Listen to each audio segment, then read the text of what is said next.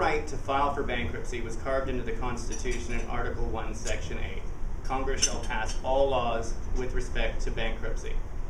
The alternative to bankruptcy is debtor's jail. In medieval England, if you couldn't pay your debts, they would put you in jail and you would make license plates, or the then equivalent of what license plates were, to repay your debt to society. Bankruptcy is an essential component of any free market economy. Everyone in here, in one way or another, is an entrepreneur. If you want to have an entrepreneurial society, you have to have the ability to pull the plug. If you think about the most famous entrepreneurs in the country, Donald Trump, Steve Wynn, these guys borrow $65 billion at a time to go and build a casino. When they borrow that money, they hire architects, they pay planning fees, contractors, they buy concrete, they buy steel. They then build the casino and they hire staff, they buy beds, furniture, slot machines, pay blackjack dealers to steal our money, this sort of thing. If Donald Trump or Steve Wynn ever thought that if they defaulted on those loans, they would go to jail, they wouldn't borrow the money. If they didn't borrow the money, 3,500 people can't have a job. So it's there for you. We live in a society in which most of the rules are geared against you. If you think in terms of a credit card application, most credit card applications are 4 lines long. Name, address, social security number, and gross annual income.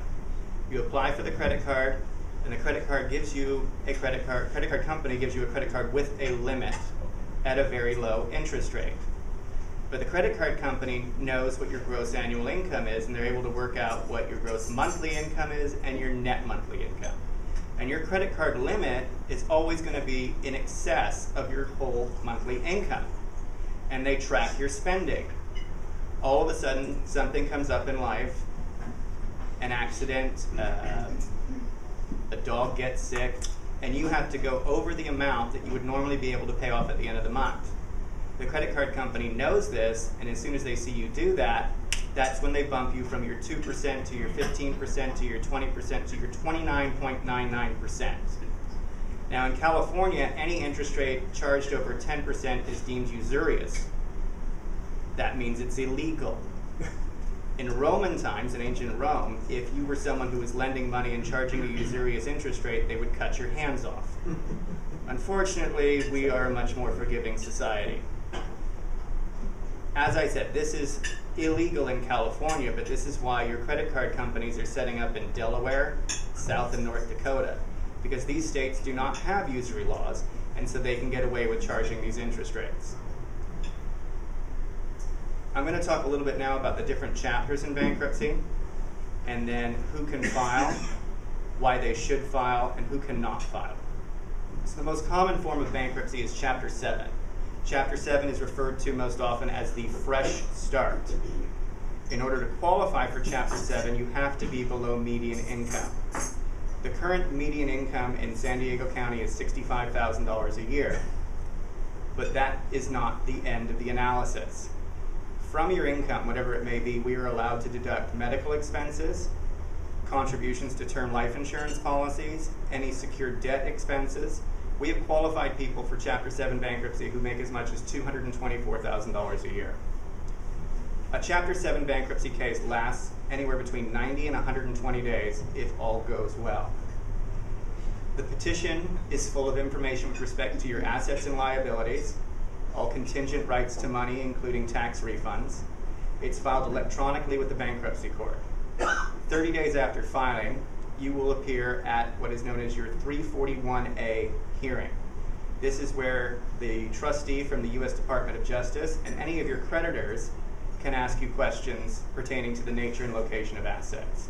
In a standard Chapter 7 hearing, you're asked by the trustee if you read everything, if it's true and accurate, do you need to make any changes, are there any creditors here? Apparently not, and away you go. From that point, all of your creditors have 60 days to object to your right to a discharge. Certain debts are not dischargeable. Current taxes, student loan debt, any debt incurred through fraud, or a debt from willful or malicious injury, as an example. Once your discharge is entered, and this is an automated thing from the court, you are now free from debt. If you imagine your financial life as when you walking down the beach through the sand in bare feet, you look back over your shoulder and you see all the dragons and demons that are your financial past. In filing for Chapter 7, you've dipped your toe in the sand, you've drawn a line, you've stepped over it, and you can look back and it's all gone. That's it. Chapter 7 is also available to corporations, but a corporation will never get a discharge. What will happen is the trustee in the bankruptcy case will take possession of all the corporate assets, sell them in an attempt to satisfy what debts there are to other creditors. But following on from that, the corporation is now free to dissolve.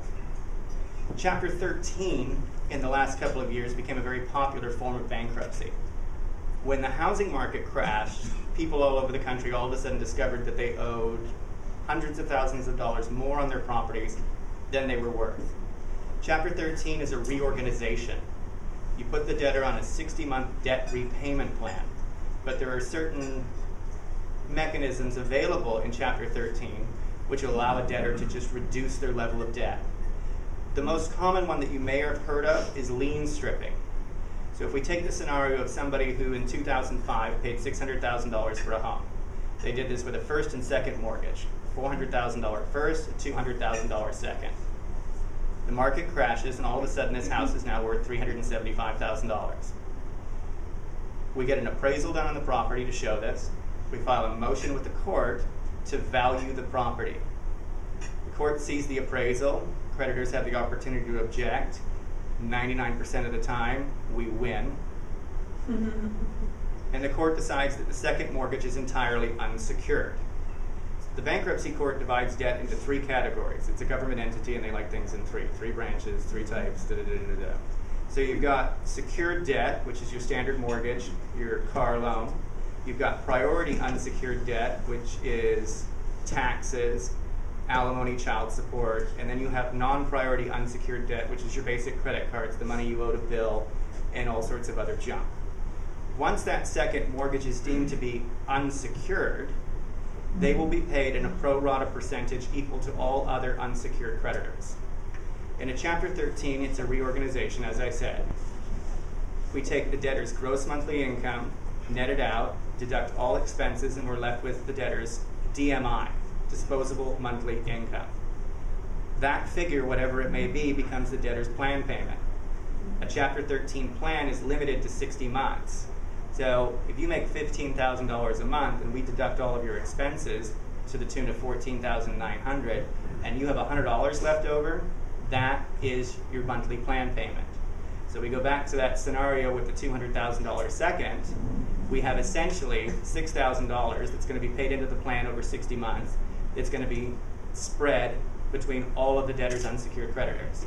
So more often than not, we see that the debtor ends up spending zero money on that second mortgage, and at the completion of the plan, the lien is stripped, and now the debtor owns the house for simply what's owed on the primary mortgage.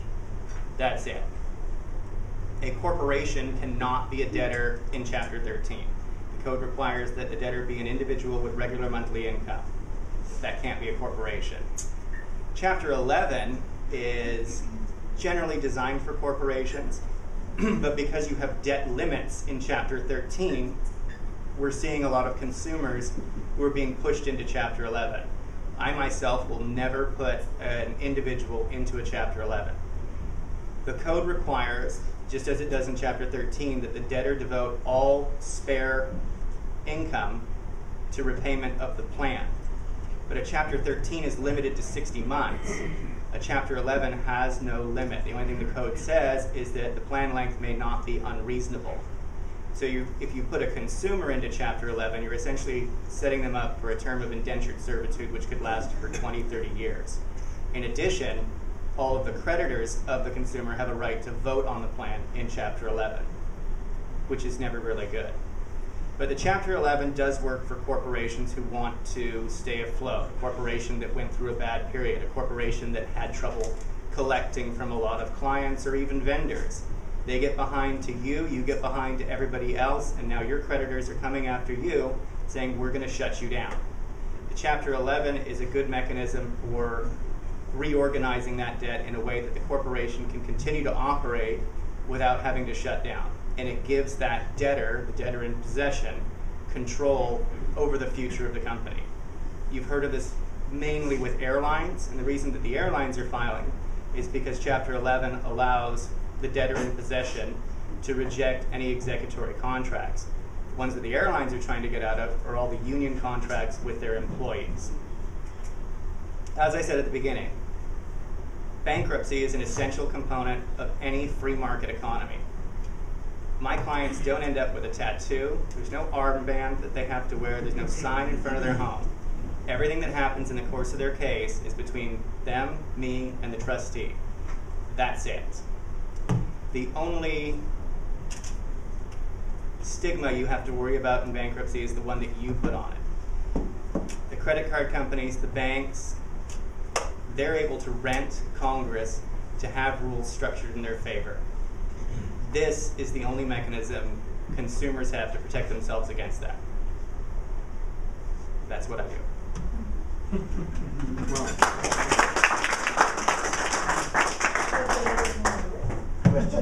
Question. Do you represent creditors in bankruptcy? Yes, we do. We do take on creditor representation, people who are looking for relief from stay. Once somebody's in bankruptcy, they're protected by the bubble of the automatic stay. No one can do anything which might constitute an attempt to collect debt. But sometimes creditors who have a lien on a secured asset and the debtor's just not paying them and the value of the asset is depreciating daily, you want to get in as quickly as possible and take possession of the asset. As well, sometimes people file for bankruptcy that shouldn't have. They had a debt that was incurred through fraud. They may have a fraud judgment against them. And the bankruptcy court needs to know about this, and they need to know that that debt is non-dischargeable. What about second trust deeds where they're held by individuals? Do you represent them? We would represent them if the debtor was trying to strip off that second lien. We would want to oppose the motion to value property, go and get our own appraisal done and show if there's $1 worth of equity to support that second lien, it cannot be stripped. It has to be wholly unsecured. I have a referral. Peter. Yeah. What about, Julian, what about the ability to get credit after bankruptcy? Your credit card companies will love you more than ever once you've filed for bankruptcy. On the day your case closes, you will receive 5 or 6 separate credit card applications in the mail. Capital One, HSBC, they know you like credit, they know that you have no other debt, and they know that you can't file for another 8 years. What about homes? The FHA and the brokers and the realtors that I've talked to said it's anywhere between 18 months and 2 years after the closure of the case that you are eligible for a new home loan. 2 years. 2 years. 2 years? 2 years. Pretty good deal. Julian, are you familiar with Montana Power No, bankruptcy? I am not. Okay, within a 60 minutes twice, plus I was involved in it. Lost some stock on it, but then he went to a company called Touch America, and they want to belly up. So I keep getting all kinds of literature in the mail about the bankruptcy filings, and they're coming near a conclusion. If I wind up with 10 cents on the dollar, I'll be lucky. If you're a stockholder, you need to file what's called a proof of claim, evidencing. Yeah, we've done that. Okay, and then you'll get something out of it. Yeah. Tax credits Yes. are good. Do you represent just clients in San Diego or California, or can you? I'll go anywhere in California. I'm admitted in northern, central, and southern. I shouldn't say anywhere in California because I don't go east. It's the desert. We've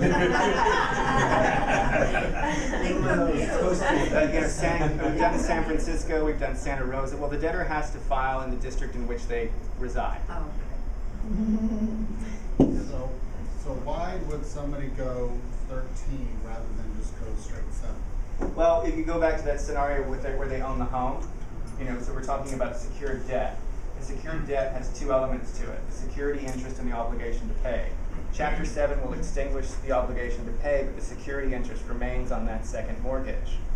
So even though you've relieved the debtor of the obligation to pay that, they can still foreclose on the home. So where the debtor wants to keep the house, and we can save them $200,000 on it, and it's going to cost them, $6,000 to $18,000 over the course of 5 years. It's just a wiser thing to do. But then if they don't own any property, so I'll get a client sometimes that has a Chapter 13, they've never owned any property. Then that was silly. Yeah. Yeah. And then for the loans, I mean, FHA, you can be halfway through a 13 and you can buy again as long as you haven't had any big payments on that 13. But conventional loans, it's going to be 3 years after that discharge of the Chapter 13, so it makes no sense whatsoever. Yes. And I have a question too. What I've seen recently, which was a little perplexing, is a second trustee lien holder actually assigns their position to another corporation that is actually a debt collector. Right. So it becomes it's been a little bit of a gray area where after the close of escrow, this is not one of mine because I would have made sure that it had the lien release, but they didn't get a lien release. So this is somebody who went through bankruptcy, or using no, it in the course they of a did home not. sale? It was a regular home sale, and it had a first and a second. And they came back to me afterwards and said, "My realtor didn't get a lien release. Is there anything you can do?" And I'm like, "You don't own it anymore. I mean, I don't know. Go see an attorney." So they're collecting it now as a, even though it's done and over, and the title went through the whole thing. They've got collectors calling them. Property sold. Yeah, they're not. Yeah, they don't own it anymore. That the original lien holder was satisfied. I said, I don't. You need to talk to an attorney. Well, that's going to be a Fair Debt Collection Practices Act claim, so that would go to Joe. Unless it wasn't satisfied. I would like my $1 back now, please. Peter. Yeah, I'm kind of fascinated by your education background. What brought you back to San Diego when you had such distinctive education in England? The weather. Likes the sun. It rains a lot in England. Now, I went to England. My parents are Scottish. And when I was looking at law school is extortionately expensive.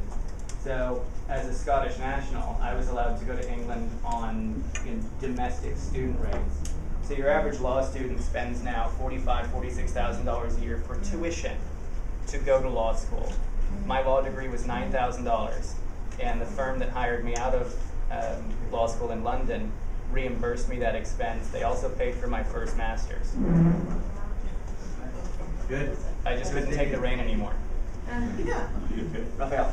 Julian, one of the things you mentioned when I met with you was that if the assets you have no value, they aren't sold off for bankruptcy. So if you have a bunch of upside down properties, you can still file for bankruptcy and not lose those properties. Correct, yeah, I forgot to mention. So one of the reasons that people file for bankruptcy is to protect assets, because you're entitled to certain exemptions in bankruptcy. For example, you can have a homestead exemption up to $150,000, just depending on the circumstances of your case. That's equity. Equity. But where you have assets that are secured by other lien holders, you owe Honda $30,000 on your Honda Accord, which is now worth $25,000. The bankruptcy court has no interest in that vehicle. They're only looking for assets that have equity that can be sold for the benefit of creditors. In the last 3 years, I've had 2 asset cases. One recently where the debtor had $400,000 worth of statues. And there's no exemption for that. It doesn't matter how naked they are, you can't keep them. That sort of an item ends up sitting in my office and waiting for the trustee to come pick it up. What are statutes? Statues. They were huge, stone and marble. Gosh, I had a mic moment there.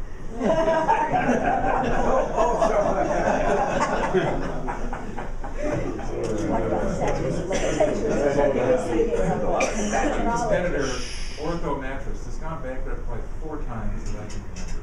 Right. It might be different corporations using the name Ortho Mattress, but how does that happen? Where they can do that repeatedly over the years? Yeah, I mean, every corporation is its own separate legal entity, and it's all about the principle. So I don't know much about ortho, but I do remember La Jolla Patio and Mattress. Okay, so their deal was that they would get all the product in from Sealy or whoever the other mattress manufacturers are, and they didn't pay for the inventory. They just paid flooring on it. Okay, so they would pay 8% a month on whatever they had, but they were selling it and then not paying the manufacturer. So they were forced into bankruptcy. But a company like Ortho, the health club Bally's, which became Family Fitness Center, which became 24-Hour Fitness, same thing. They're able to just, it's a new corporation, it's got a new tax ID number, and it's free and clear of everything that went before. As long as the principals of that business are able to negotiate contracts where they're not signing personal guarantees, they just roll on. We don't get a lot of season ticket holders or repeat business in my office. It's, as you can only file once every 8 years, it's not very repetitive for people. In the back. Yeah, how does that affect if your houses are held in trust? Is that... We get that quite often. A lot of people are out there paying asset protection attorneys to set up trusts, and ultimately you are the beneficiary of the trust. So it's your asset.